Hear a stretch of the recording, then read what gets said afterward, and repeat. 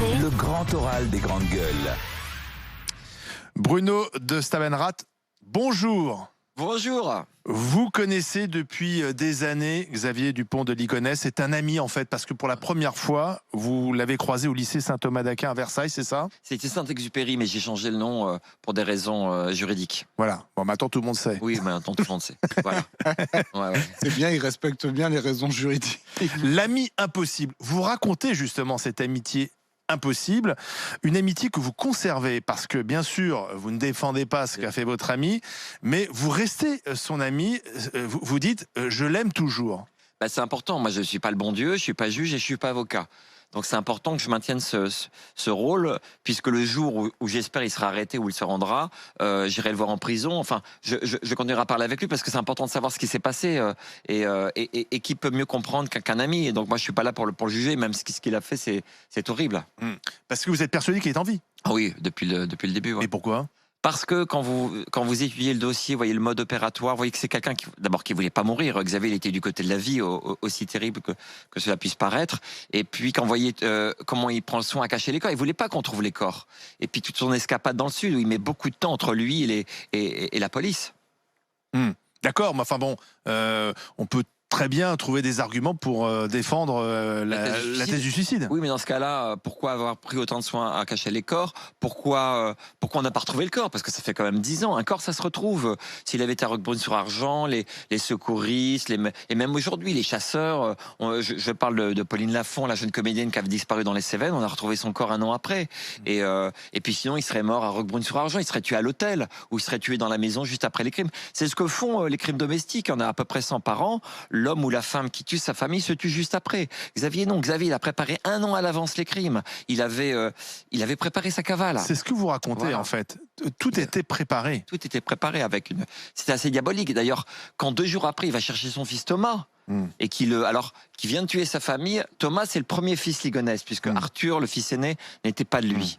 On pourrait se dire que cet homme va se dire, mais qu'est-ce que j'ai fait? Et il voit son fils Thomas, il l'emmène au restaurant, il le drogue.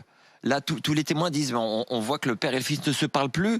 Thomas, il quitte la table et là, ils veulent ramener à Nantes pour le tuer, quoi. Et là, Thomas lui dit, écoute, papa, ramène-moi à Angers. Et il le rappelle le lendemain en disant, ta mère a un accident de vélo, viens à la maison. Et là, à 10h47, Thomas arrive, il communique sur son portable avec ses copains, et à 23h30, plus de signes. Donc c'est une machine de guerre, quand on se dit, Xavier a décidé d'éliminer sa famille pour faire un crime altruiste. À cause de ses problèmes d'argent?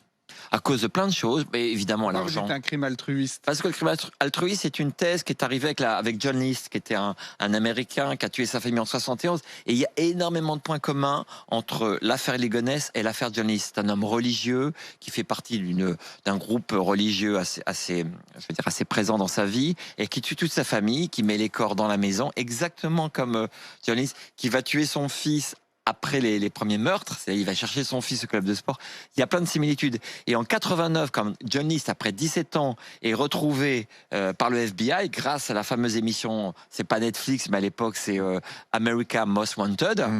Il est retrouvé 17 ans après. Xavier est dans le même état, c'est-à-dire dans le même état américain. C'est-à-dire qu'il est en voyage. Donc forcément, il était au courant de cette affaire. Mais altruiste, parce qu'il pensait, pour lui, il n'y avait pas d'autre solution que de tuer sa famille. Le crime altruiste, c'est je supprime ma famille parce que j'estime, je veux leur éviter la déchéance, la honte suprême, et j'estime que c'est la meilleure façon de leur éviter tout ça. Et je les mets à l'abri, ce qui est quand même terrible comme... Alors, des questions. Louis, Johnny... Vous qui l'avez connu depuis l'adolescence. Voilà. Ouais. Est-ce qu'un jour, vous pouvez imaginer qu'une chose comme ça puisse arriver? Ce qui voudrait dire que tout le monde est capable de passer à l'acte dans ce genre de choses? Non, absolument pas. Tout le monde n'est pas capable de passer à l'acte. Il faut tout un raisonnement, et je pense aussi, c'est pour ça que je pense beaucoup au groupe de prière Philadelphia dans lequel Xavier, depuis l'enfance, il est élevé pour être l'élu. C'est-à-dire que là, dans le livre, je parle de tout l'organigramme Philadelphia, c'est-à-dire que comment ce groupe de prière qui a failli devenir une secte, parce qu'à un moment, si vous voulez, à Saint-Christ, c'est un village dans le nord de la France, il y a un Christ qui pleure des larmes de sang. Et Geneviève de Ligonnès, donc la mère de Xavier, qui a créé Philadelphia au début des années 70, entraîne un peu les gens de la secte là-bas, parce que c'est l'idéal, ça va devenir comme Lourdes. Tous les fidèles vont se précipiter parce qu'il y a un miracle. Il y a l'oracle Geneviève qui reçoit des messages du Très-Haut. Donc tout est en place. Et là, ce qui est très drôle, c'est qu'à l'époque, il y a l'église traditionnaliste à Saint-Nicolas du Chardonnay, avec Monseigneur de Cobourget. Et comme Geneviève, elle a un certain rayonnement, c'est une femme importante, et ben l'église catholique, envoie des enquêteurs, quoi. Puis se rendre compte que c'est complètement bidon, que ce Christ, c'est une espèce de truc de magie, quoi. Donc tout s'arrête à ce moment-là. Et finalement, Philadelphie ne sera que de 30, 40, 50, mais des gens présents qui vont donner de l'argent et qui existent toujours. Faut pas oublier qu'il y a eu une enquête préliminaire il y a pas longtemps. Alors justement, dans ce livre, vous expliquez bien le poids qu'a représenté dans l'éducation et le parcours de Xavier Dupont de Ligonnès, de cette communauté, de ce parcours religieux. C'est quasiment une secte. Oui, bien sûr. Mais est-ce que justement, il n'aurait pas profité des réseaux de cette communauté pour s'échapper et pour se cacher aujourd'hui? Alors c'est vrai que les réseaux catholiques, on les connaît, à l'époque de Paul Touvier, après la guerre, ou même, moi je parle aussi des réseaux pour exfiltrer les Waffen-SS français avec le Vatican, avec l'Opus Dei. Enfin, il y a des racines qui remontent très très loin et qui sont toujours présentes. Mais pour en revenir à Xavier, il est élevé comme l'élu, et puis il doit faire un héritage. C'est pour ça que pendant toutes les années, moi je le connais, il est très cool, parce qu'il sait que il va gagner de l'argent. Un truc merveilleux va se passer dans sa vie. L'héritage de son père. C'est une secte apocalyptique. Non, son père s'est barré depuis longtemps, mais et en 95, Geneviève réunit tous les membres de la secte en Bretagne, chez un grand financier qui s'appelle Jean de Sézy, qui a un grand château à Brière, le château Lélifaux, et Xavier est à Saint-Maxime avec tout un groupe de fidèles, et moi j'ai les gens qui ont témoigné, quoi. Et bref, il se passe rien. Évidemment, à minuit, il y a un chanoine, Ridolfi, qui est la caution religieuse de la secte, qui doit ressusciter, il est mort 5 ans avant, mais évidemment, il se passe rien. Et Emmanuel Teneur, qui est le meilleur ami, l'ami d'enfance de Xavier, va le voir 3-4 jours après cette cérémonie funeste, ridicule, et lui dit: Xavier, est-ce que je peux libérer ma parole? Et Xavier dit: vas-y, parle. Et Emmanuel dit: mais Xavier, tu pensais réellement que le chanoine allait ressusciter, qu'il allait avoir un tremblement de terre, parce qu'il s'agissait de ça? Et Xavier dit: vraiment, oui, je le pensais vraiment. Donc on sent que Xavier, dans le mobile du crime, toute l'influence un peu mystique, un peu sacrificielle, puisqu'il faut le voir ce qu'il écrit sur les réseaux catholiques, où il parle de sacrifice, d'Abraham qui sacrifie son fils. Donc voilà, c'est pas anodin tout ça. Parce que dans les médias, quand même, on a toujours tourné ça plus ou moins autour de l'argent, autour de sa déchéance financière et compagnie, alors qu'en fin de compte, c'est peut-être même qu'une petite part. Non, je pense que si Xavier avait réussi sa vie, il est vraiment aux abois, quoi. Ouais. Il a à peu près 120 000, 130 000 euros de dette, il est acculé de partout. Mais ce qui est horrible, c'est que finalement, c'était pas si dramatique que ça. Et il a des problèmes conjugaux, bon voilà, avec Agnès, mais qui n'en a pas. Il a des problèmes d'argent, qui n'en a pas. Et surtout, moi, ce qui me crucifie le cœur, c'est ces 4 gamins. Ouais. Je les ai connus petits, mais c'était des gamins formidables. Xavier leur aurait dit: mais j'ai plus d'argent. Il leur dit: mais papa, on faisait merde, t'inquiète pas. Puis c'est une famille nombreuse, il y a des cousins, il y a des maisons. Ils étaient pas à la rue. Il n'acceptait pas le regard de ses enfants. C'est la vanité suprême. S'il avait dit, papa un peu raté, finalement. C'est l'orgueil suprême. C'est l'orgueil suprême. Xavier, c'est pour ça que j'imagine pas Xavier finir au fond d'un trou, sûrement pas. Est-ce que vous avez un soupçon d'un endroit où il pourrait se trouver? Alors il y a des pistes, il y a des pistes qui se sont dessinées. Il y a eu la Thaïlande, parce que moi j'ai eu beaucoup d'éléments sur la Thaïlande, mais bon, tant qu'on n'a pas de photos, nous on en publie une qui est assez incroyable dans le VSD qui sort la semaine prochaine.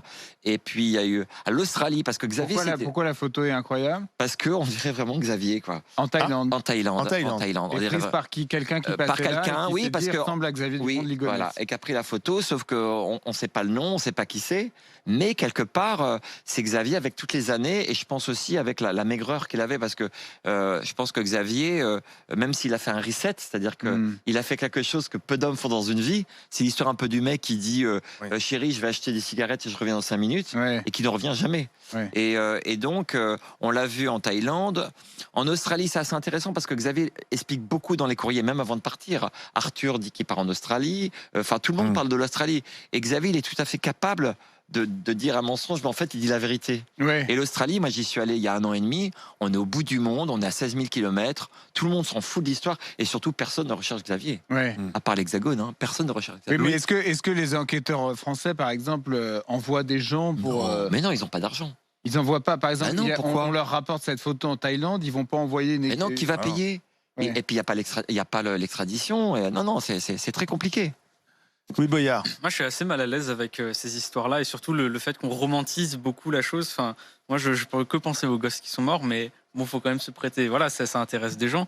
Est-ce que vous pensez vraiment qu'il est assez intelligent pour réussir à échapper pendant 10 ans à toute... Enfin, il faut le faire quand même. Pour 2 raisons. La première, il a une capacité. Xavier, il voyage depuis qu'il a 15-16 ans. Il connaît, il parle couramment anglais, couramment espagnol. Il est très à l'aise. C'est quelqu'un qui a la capacité de construire son propre écosystème, c'est-à-dire de séduire une famille, de séduire une femme. C'est quelqu'un qui avait quand même beaucoup de manipulation, beaucoup de séduction. Donc ça, il est très à l'aise en Oui, voyage. parce qu'il profitait aussi, et grâce à ça, il pouvait avoir de l'argent de ses maîtresses. Oui, puis je pense qu'il n'est pas parti avec rien. Il savait, un an avant, en préparant ses crimes, il savait ce qu'il allait faire. Et puis j'ai oublié la deuxième chose que je voulais vous dire, excusez-moi. Ah non, le fait que je trouve qu'on romantise beaucoup, en fait. Est-ce qu'on romance trop et moi, je trouve que Bah, ça met vraiment mal à On l'aise. fantasme parce que c'est une histoire où il n'y a pas d'épilogue. Un peu comme Ouais. l'affaire Grégory, ou comme l'affaire Le Tueur du Zodiaque, ou comme l'affaire Seznec, ou comme l'affaire Dominici. C'est l'affaire où il n'y a pas d'épilogue. Et tant qu'il n'y a pas d'épilogue, on ne sait pas. Et comme les enquêteurs, on est obligé d'ouvrir des pistes. Voilà, mais je pense qu'un jour, on saura.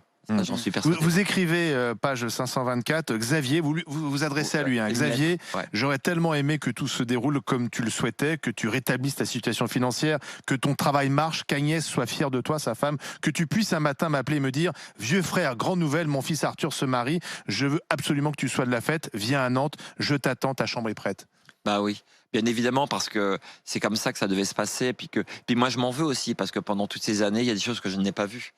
Quand je déjeunais avec lui et tout ça. Alors, c'est vrai qu'il y avait une certaine pudeur de Xavier. Parce que le jour où moi j'ai eu un accident de voiture et que je suis resté longtemps à l'hôpital et que Xavier est venu me voir, après il n'allait pas me raconter ses problèmes. Il n'allait pas me dire oh, Bruno, tu sais, ça va pas, j'ai des problèmes d'argent, j'ai des problèmes de couple, parce qu'il aurait trouvé que c'était un peu, comment dire, impudique.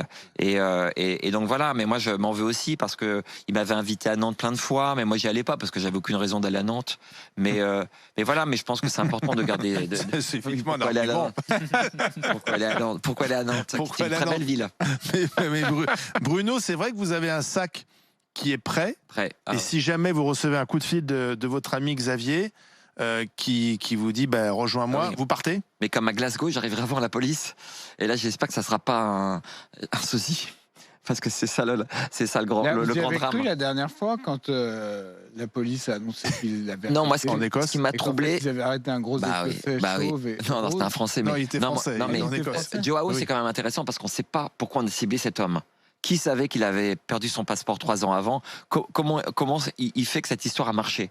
C'est très intriguant. On n'a pas les tenants, on n'a pas les aboutissants du dossier de Joao. On ne sait pas pourquoi ce type a été ciblé, quoi. Parce que c'est une histoire quand même qui a fait le tour de la planète, quoi.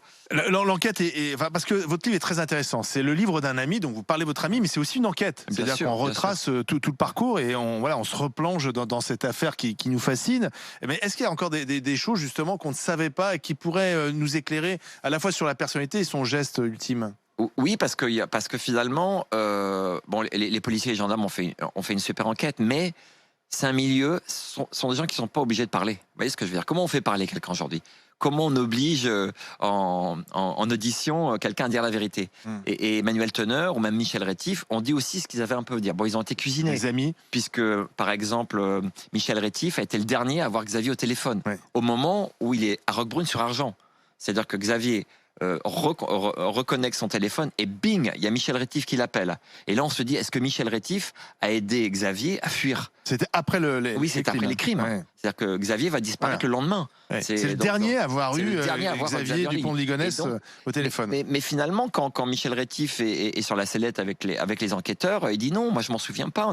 On a dû parler comme ça de leur dire. Et puis on se dit mais pourquoi vous étiez si proche? Mais Michel Rétif habite à côté de Roquebrune-sur-Argent, donc c'est normal Ouais. qu'ils se sont parlé. Et puis je pense qu'il y a tous les gens dont on n'a jamais entendu parler, à la fois qui faisaient partie du groupe de prière. Parce que il y a une chose que je dis quand je rencontre Ouais. les enquêteurs, c'est le bottin mondain. Le bottin mondain, c'est un annuaire un peu élitiste, avec la grande aristocratie, la grande bourgeoisie. Mais moi, quand j'ai entendu l'affaire, il fallait que je retrouve des gens de l'époque, des gens de Versailles, les cousins de Xavier. Et en fait, ce qui est fascinant dans le bottin mondain, c'est que vous avez tous les châteaux, toutes les propriétés, tous les portables, tout qui est cousin avec qui. Donc, quand j'ai vu les policiers, j'ai dit, mais vous n'avez pas le bottin mondain? Et ils m'ont dit, ben non, j'ai dit, regardez là, les cousins, les machins. Et Oui, mais en même temps, est-ce qu'il il se confiait pas beaucoup? J'ai l'impression qu'il cloisonnait pas Ouais, mal ses complètement, relations. complètement. Ah, c'est ça, C'était sa force. sa grande Et donc, force. en fait, déjà, il cachait sa vie ou Sa maîtresse, sa sa dernière maîtresse maîtresse, bien à sûr. sa femme. Bien sûr. Il avait des amis, mais il partageait pas forcément Non, les mêmes rien. amitiés. Et donc, il a organisé tout ça sans que personne s'en rende Bien compte. sûr. Donc c'était ça sa force Oui, aussi. et puis quand vous voyez Emmanuel Teneur, voilà, le drame, c'est qu'Emmanuel Teneur et Michel Rétif, ses deux meilleurs amis qui l'ont suivi pendant 37 ans, sont morts. L'un s'est suicidé et l'autre est mort dans des conditions très, très, très difficiles et très douloureuses. Emmanuel Teneur, qui dînait 2 jours avant les crimes, qui était le parrain de Thomas, n'a rien vu venir. Personne n'a rien vu venir. C'est-à-dire que Xavier avait vraiment préparé son truc, quoi. Puis je pense que voilà, chacun avait sa propre histoire avec Xavier. C'est très difficile de mélanger. Mais il a un rapport avec l'argent assez quand même étonnant. Il notait toutes les dépenses. Il savait précisément. J'ai la page parce que ça m'a fasciné. Il notait précisément ce que lui avait coûté depuis leur naissance, Arthur, tous ses enfants. Il était capable. Pourquoi ? Parce que forcément 1 euro était 1 euro, parce qu'il avait été toujours à court d'argent. Xavier, c'était un mauvais comptable et un grand graphomane. Il écrivait tous les jours des mails. Il y a à peu près 800 mails, courriers. Il écrivait à son fils Arthur quand Arthur faisait des conneries. Donc c'était à la fois un bon père de famille, mais un très mauvais gestionnaire. Mais il y a un courrier de Xavier où pareil, les mails qu'on a retrouvés, parce que le cas de l'affaire Ligonnès, les cyber-enquêteurs, c'est-à-dire les hackers, ont été plus vite que la police et la gendarmerie. Il y a ce fameux Christophe Lavérité qui a trouvé, mais qui, dans le moment où la famille a disparu, à partir du 4 avril, sillonne tous les profils Facebook, Insta, machin de la famille Ligonnès et retrouve des photos, retrouve des documents qui vont nous servir après, quoi. Et notamment tous les mails, tous les pseudos de Xavier, Tchévy, Ligo, tous les pseudonymes d'Agnès sur les forums où la pauvre, elle s'épanche, elle dit il me touche plus, il me parle plus. Enfin, on a un peu la version intrinsèque d'un couple en perdition qui est absolument fascinante. Et aussi, on a les mensonges. Par exemple, Xavier, quand il envoie un mail où il dit à Catherine, sa maîtresse, à Emmanuel Teneur et à Michel Rétif, 1 an avant les crimes, je vais jeter ma voiture contre un camion pour que Agnès touche l'assurance, les 600 000 euros. Il n'y a jamais eu d'assurance vie. Donc il fait une espèce de chantage sentimental parce qu'il a besoin de ces 25 000 euros. Alors est-ce que c'est pour préparer sa cavale? Est-ce que c'est pour rembourser ses dettes? Oui, évidemment, bien évidemment. Et qu'est-ce que c'est votre intime conviction sur le mobile du crime? J'aime bien quand tu me vous vois, Charles. Redis-moi ça. Nous nous connaissons très bien. Et vous le connaissez depuis toujours. Avec Bruno depuis toujours. Voilà. Mais pour rester professionnel, restons professionnels. Qu'est-ce que c'est ton intime conviction, cher Bruno, sur le mobile de ce crime? Le mobile, c'est dans toute la construction psychologique de Xavier. C'est que Xavier, qui avait eu beaucoup de mal à être mis un peu, je veux dire, au banc de sa famille, quand Agnès l'a trompé et qu'il a quitté, qu'il a failli divorcer, mais il pouvait pas, il n'en avait pas les moyens. Donc c'était cette espèce de honte suprême qu'il avait. Il s'est dit, non seulement j'ai raté ma vie conjugale, je rate ma vie professionnelle, parce qu'on l'accusait quand même d'avoir pompé tout l'héritage d'Agnès, qui était quand même assez important. Léo d'Angers, ils avaient un théâtre à Paris. Il ressemble à Jean-Claude Roman un peu. Alors, Jean-Claude Roman, on compare, mais moi je dis, il faut être en criminologie, il faut être très concret et très précis. Le problème de Roman, qui n'a rien à voir avec Xavier, c'est que Roman, quand il fait sa première année de médecine, il la rate et il dit qu'il l'a. Et pendant 7 ans, il va mentir. Et après, il va faire l'internat. Donc pour moi, c'est un pervers mythomane, Roman. Ce qui n'est pas le cas de Xavier. Il a voulu se suicider, Jean-Claude Roman. C'est pas c'était un faux suicide. Hein. Et puis il faut pas oublier que Roman, le lendemain des crimes, Roman, le jour où son beau-père, parce qu'il avait fait le système de Ponzi, le jour où son beau-père lui réclame son argent, il meurt. Et il y avait juste Roman dans la maison. Il tombe d'un escalier. Et que le lendemain des crimes, Roman convoque sa maîtresse à Paris, l'emmène dans la forêt Fontainebleau pour soi-disant un dîner avec Kouchner et essaie de la tuer. Donc il avait quand même une mécanique meurtrière et totalement mythomane. Ce qui n'est pas le cas de Xavier, parce que Xavier, même s'il a fait des entourloupes à son père, il remboursait toutes ses dettes. Et dans son testament qu'il écrit, dans sa lettre, il dit rembourser les 50 000 euros que je dois à... Oui, et puis il a travaillé. Il a essayé plein de choses. Il a travaillé. Donc ça n'a rien à voir, c'est pas du tout les mêmes profils. C'est pas du tout les mêmes. Pourquoi pas être capable de faire un reset tout simplement comme font des milliers de les 10 000 personnes ans, qui disparaissent chaque année, plutôt que d'en arriver à tuer ses enfants, quoi. C'est ça, c'est le trouve crime. pas que Johnny a un air de Xavier Dupont de Ligonnès? Tout à coup, j'ai un flash là qui imagine ça là-bas. Mais non, mais c'est-à-dire que ça fait combien de temps que tu es fromager, Johnny? Le Grande Gueule depuis combien de temps exactement? 12 ans. 10 ans, tiens. 12 ans. 12 ans. C'est bizarre, ça colle pas. Ça colle pas, alors c'est pas lui. Non, mais c'est vrai, c'est la question que tout le monde se pose. Mais oui, pourquoi en arriver là? Parce que tu peux faire un reset, effectivement, tu disparais et terminé. Mais alors, il y a une question évidente, c'est qu'il pouvait pas faire, Xavier ne pouvait pas refaire ce qu'avait fait son père. Ouais. Parce Ouais. que moi, quand je rencontre Xavier à 16 ans, en 77, son père a quitté le domicile conjugal. Et Xavier se retrouve un peu le chef de famille. Et Xavier ne pouvait pas infliger ça à sa famille. Donc, c'est ça qui était terrible. Il était pris au piège. Il ne pouvait pas divorcer parce que c'est contre sa religion. Il ne pouvait pas quitter sa famille comme avait fait son père. Donc, il était obligé de faire quelque chose de sa famille. Et à mon avis, comme il a dit, je ne peux pas quitter ma famille, c'est ma famille qui va me quitter. Et c'est à ce moment-là, il va mettre en place... Mais vous pouvez pas non plus en parler comme d'un héros. Ah non, j'en parle déjà c'est ce pas que comme disait un peu héros. Louis. Il y a des journalistes qui ont dit que j'étais fasciné, pas du tout. Moi, je suis pas fasciné quand j'ai rencontré Xavier. C'était juste un garçon qui me ressemblait, voilà. Mais je veux dire, j'ai pas de fascination, ni avant, ni aujourd'hui, ni demain. C'est quelqu'un que je veux mettre en face de ses crimes. Si un jour je vois Xavier, je vais lui dire, assume ce que tu as fait, comporte-toi comme un homme, assume tes crimes. Merci Bruno de Stavenrath. Si vous voulez en savoir plus, je vous conseille la lecture de ce livre, L'ami impossible chez Gallimard, Merci. sur le mystère Xavier Dupont de Ligonnès.